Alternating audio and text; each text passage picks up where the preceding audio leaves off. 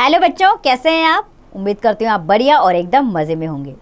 तो चलिए बच्चों, आपकी पढ़ाई को आगे बढ़ाते हैं और पढ़ते हैं एक कहानी जिसका नाम है न्याय मंत्री। बच्चों, इस पाठ को शुरू करने से पहले हम इसका संक्षिप्त परिचय ले लेते हैं। व्यक्ति कितना महान है, इस बात की पहचान तब होती है जब कर्तव्य पालन का अवसर आता है। जो व्यक्ति प्रत्येक परिस्थिति में अपने कर्तव्य का पालन ईमानदारी के साथ करता है वह महान होता है।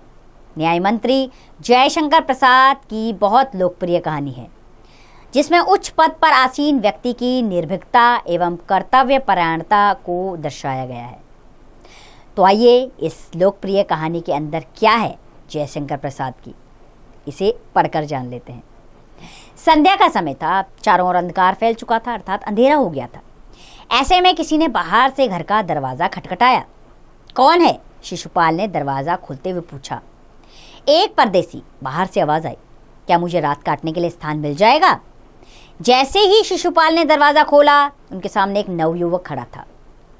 उन्होंने मुस्कुराकर कहा, यह मेरा सौभाग्य है, अतिथि के चरणों से यह घर पवित्र हो जाएगा। आइए, पधारिए। अतिथि को लेकर शिशुपाल घर में गए। शिशुपाल के पुत्र ने अतिथि का आदर सत्कार किया। आदर सत्कार यानी कि सेवा की। यह देख परदेसी मुग्ध हो गया, अर्थात मोहित हो गया। भोजन आदि से निबटकर दोनों बातें करने लगे। बात उस समय की देश की व्यवस्था पर चल रही थी। शिशुपाल बोल उठे, आजकल बड़ा अन्याय हो रहा है, मेरा तो खून खौल उठता है। परंतु परदेसी इस बात से सहमत ना था। कुछ चिढ़कर वह बोल उठा, दोष निकालना तो सुगम है, सुगम यानी कि आसान है, परंतु कुछ करके दिखाना कठिन। अब बच्चों सोचकर बताइए, परदेसी किस बात से सहमत नहीं था। बच्चों, जब शिशुपाल ने यह कहा कि आजकल बड़ा अन्याय हो रहा है, मेरा तो खून खौल उठता है, इस बात से परदेसी सहमत नहीं था। उसके अनुसार कि दोष निकालना आसान होता है, करके दिखाइए। शिशुपाल को ऐसा लगा जैसे किसी ने उसके मर्म को छू दिया। बोले, अवसर मिले तो दिखा दूंगा कि न्याय किसे कहते हैं। तो आप अवसर चाहते हैं? हाँ, अवसर चाहता हूँ। फिर कोई अन्याय नहीं होगा? बिल्कुल नहीं। कोई अपराधी दंड से ना बचेगा? नहीं। परदेसी ने मुस्कुराकर कहा, यह बहुत कठिन काम है, मेरे लिए भी कठिन नहीं। मैं न्याय का डंका बजा कर दिखा दूंगा। ये शिशुपाल ने कहा। परदेसी के मुख पर धीरे से एक मुस्कुराहट आई और चली गई। इसके बाद भी उनकी बातें चलती रहीं। फिर कुछ देर बाद वे सो गए। सुबह उठकर परदेसी ने शिशुपाल को धन्यवाद देकर उससे विदा ली। कुछ दिनों बाद शिशुपाल का घर पूछते पूछते कुछ सिपाही आए और उन्हें दरबार में चलने के लिए कहा। शिशुपाल सहम गया यानी कि डर गया। उसे लगा ये सिपाही उसका घर ढूंढते हुए यहाँ क्यों आ गए और उसे दरबार में चलने को क्यों कह रहे। वह यह नहीं समझ सके कि सम्राट ने उन्हें क्यों बुलाया है। कहीं उस परदेसी ने तो सम्राट में झूठी सच्ची शिकायत नहीं कर दी। यह सोचते सोचते वह सिपाहियों के साथ चल पड़े। तो बच्चों सोचकर बताइए, शिशुपाल क्या सोच रहे थे। बच्चों, शिशुपाल सोच रहे थे कि कहीं उस परदेसी ने मेरी झूठी सच्ची कहानी सम्राट को तो नहीं बता दी। ये बात शिशुपाल सोच रहे थे। दरबार में पहुंचकर शिशुपाल का कलेजा धड़कने लगा। कलेजा यानी कि उनका दिल, क्योंकि उन्हें बात पता ही नहीं थी आखिर उसे क्यों बुलाया गया है, इसीलिए उनका दिल तेजी से धड़क रहा था। तभी सम्राट अशोक दरबार में पधारे और मुस्कुराते हुए बोले, महाशय, आपने मुझे पहचान ही लिया होगा। याद है, आपने कहा था कि यदि मुझे अवसर दिया जाए तो मैं न्याय का डंका बजा दूंगा। मैं आपको अवसर देना चाहता हूँ, आप तैयार हैं? पहले तो शिशुपाल कुछ घबराए, परंतु फिर उन्होंने बड़ी शांति से गर्दन उठाकर कहा, यदि सम्राट की यही इच्छा है तो मैं तैयार हूँ।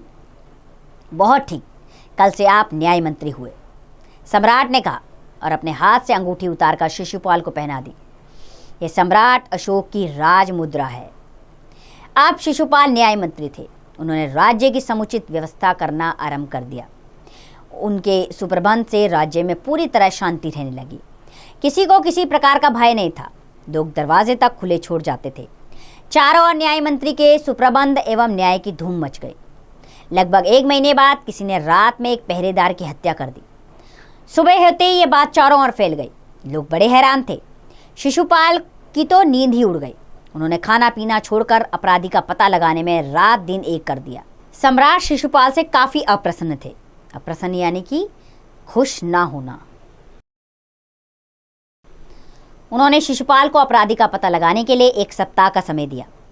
बहुत प्रयत्न करने के बाद जब अपराधी का पता चला तो शिशुपाल के आश्चर्य का ठिकाना ना रहा। स्वयं सम्राट ने उस पहरेदार की हत्या कर दी थी। सम्राट को अपराधी घोषित करना बहुत कठिन काम था। शिशुपाल करे भी तो क्या करे। एक और वे न्याय मंत्री थे और दूसरी ओर सम्राट के सेवक। परंतु न्याय की दृष्टि में सम्राट और साधारण व्यक्ति में कोई अंतर नहीं होता।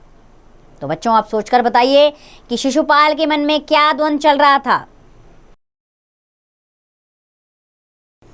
बच्चों, शिशुपाल के मन में यह द्वंद्व चल रहा था कि सम्राट को अपराधी घोषित कैसे करे, क्योंकि वो एक तरफ न्याय मंत्री थे और दूसरी तरफ सम्राट के सेवक। वो कैसे बताए सबको कि सम्राट ही अपराधी हैं। ये द्वंद्व शिशुपाल के मन में चल रहा था। अगले दिन शिशुपाल बहुत शांत थे। उन्होंने अपना कर्तव्य निश्चित कर लिया था। नहा धोकर और वस्त्र बदलकर वे ठीक समय पर दरबार में पहुंचे। सम्राट अशोक सिंहासन पर बैठे हुए थे। आते ही उन्होंने शिशुपाल से पूछा, अपराधी का पता चला? न्याय मंत्री ने साहसपूर्वक कहा, जी हाँ, चल गया। तो फिर उसे उपस्थित करो। न्याय मंत्री कुछ रुके, फिर अपने उच्च अधिकारी को संकेत करते हुए बोले, धनवीर, बंदी बना लो, मैं आज्ञा देता हूं। सम्राट की ओर था। उनका आदेश किसको बंदी बनाने को था? सम्राट को बंदी बनाने का आदेश उन्होंने दे दिया था, न्याय मंत्री ने। दरबार में निस्तब्धता। निस्तब्धता यानी कि खामोशी। निस्तब्धता छा गई। सम्राट का चेहरा क्रोध से लाल हो गया। वह सिंहासन से खड़े हो गए और बोले, इतना साहस? न्याय मंत्री ने ऐसा भाव प्रकट किया जैसे कि कुछ सुना ना हो।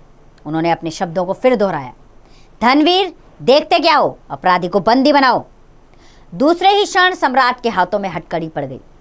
न्याय मंत्री ने कहा, अशोक, तुम पर पहरेदार की हत्या का अभियोग लगाया गया है, यानी कि दोषी हो तुम इसका क्या उत्तर देते हो? न्याय मंत्री ने कहा, तुम पर आरोप है कि पहरेदार की हत्या तुमने की है, बताओ क्या उत्तर देते हो? सम्राट होठ काट कर रह गए। न्याय मंत्री ने फिर पूछा, तो तुम अपराध स्वीकार करते हो? हाँ, मैंने उसे मारा अवश्य था, पर वह उदंड था। सम्राट का उत्तर था। वह उदंड था या नहीं?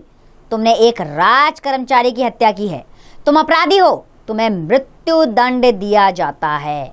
मृत्यु दंड यानी कि मौत। मौत की सजा। न्याय मंत्री ने निर्णय दिया। न्याय मंत्री ने निर्णय दिया कि किसी का न्याय करने वाले तुम कौन होते हो, इसीलिए तुम अपराधी हो। तुमने उसकी हत्या की है तो तुम्हें मृत्यु दंड दिया जाता है। सारी सभा में सन्नाटा छा गया। कोई कल्पना भी नहीं कर सकता था कि सम्राट को अपराधी घोषित कर दंडित भी किया जा सकता है। न्याय मंत्री का निर्णय सुन सम्राट ने सिर झुका लिया। वह शिशुपाल की परीक्षा लेना चाहते थे। शिशुपाल अपनी परीक्षा में सफल हो गए थे। सम्राट का हृदय ऐसे व्यक्ति को पाकर गदगद हो रहा था। गदगद का अर्थ होता है बहुत खुश होना। तो बच्चों, आप सोचकर बताइए कि शिशुपाल का निर्णय सुनकर सम्राट अशोक का हृदय गदगद क्यों हो गया। बच्चों, क्योंकि शिशुपाल ने सम्राट को दोषी बना दिया था। उन्होंने एक दोषी को पकड़ लिया था। उन्होंने सम्राट को सम्राट ना समझकर एक दोषी समझा। अर्थात उन्होंने दोषी और सम्राट में कोई भेद नहीं किया था। इसीलिए सम्राट अशोक का हृदय गदगद हो गया था। तभी न्याय मंत्री का संकेत पाकर एक कर्मचारी सम्राट अशोक की सोने की मूर्ति लेकर उपस्थित हो गया। उपस्थित यानी कि मौजूद। न्याय मंत्री ने खड़े होकर कहा, सज्जनों, यह सच है कि मैं न्याय मंत्री हूं। यह भी सच है कि अपराधी को दंड मिलना चाहिए, परंतु अपराधी और कोई नहीं, स्वयं सम्राट हैं। शास्त्रों में राजा को ईश्वर का रूप माना जाता है, इसलिए उसे ईश्वर ही दंड दे। ईश्वर ही दंड दे सकता है। अतः मैं आज्ञा देता हूं कि सम्राट को चेतावनी देकर छोड़ दिया जाए और उसके स्थान पर इस सोने की मूर्ति को फांसी पर लटका दिया जाए, जिससे लोगों को शिक्षा मिले। न्याय मंत्री का न्याय सुन लोग उसकी जय जयकार कर उठे। जब सब लोग चले गए तो शिशुपाल ने राजमुद्रा सम्राट अशोक के सामने रख दी और बोले, महाराज, यह राजमुद्रा वापस ले लें, मुझसे यह बोझ नहीं उठाया जाएगा। अशोक ने सम्मान से उनकी ओर देखते हुए गदगद कंठ से कहा, आपने मेरी आंखें खोल दी। आपका साहस प्रशंसनीय है। यह बोझ आपके अतिरिक्त और कोई नहीं उठा सकता। न्याय मंत्री निरुत्तर हो गए। निरुत्तर यानी कि बिना उत्तर के। सम्राट ने कहा, आपके अतिरिक्त ये भार मैं किसी को नहीं देख सकता। ऐसा निष्ठावान व्यक्ति मैंने जीवन में नहीं देखा, इसलिए न्याय मंत्री का पद तो आप ही संभालेंगे। तो बच्चों, ये कहानी जयशंकर प्रसाद द्वारा लिखी गई है। आइए उनके बारे में भी जानकारी ले लेते हैं। जयशंकर प्रसाद का जन्म 30 जनवरी 1889 को वाराणसी में हुआ था। वे एक महान कवि, नाटककार, कहानीकार और उपन्यासकार थे। उनकी रचनाओं में प्रेम पथिक, झरना, आंसू, लहर, कामायनी, जमजे का नाग, यज्ञ, स्कंदगुप्त, चंद्रगुप्त, ध्रुव सामनी जो नाटक है और कंकाल तितली जो उपन्यास है, ये प्रमुख हैं। 15 नवंबर 1937 को उनका अल्प आयु में ही निधन हो गया, अर्थात एक छोटी आयु में ही उनका निधन हो गया। तो ये थे जयशंकर प्रसाद, जिनके द्वारा रचित कहानी अभी आपने पढ़ी और जिससे मिलने वाली शिक्षा को आप भी अपने जीवन में ज़रूर अपनाएं। ये कहानी हमें शिक्षा देती है कि जब हम न्याय की ओर बढ़ें तो हमारे सामने कोई भी हो, हमें न्याय करना होता है। न्याय करना भी चाहिए। न्याय के सामने न कोई छोटा है, न बड़ा है, न कोई अपना है और न पराया है, जो इस कहानी के माध्यम से हमें बताया गया है। तो बच्चों, उम्मीद करती हूँ ये पाठ आपको अच्छा लगा होगा। अब इसका अभ्यास कार्य आप स्वयं कीजिए।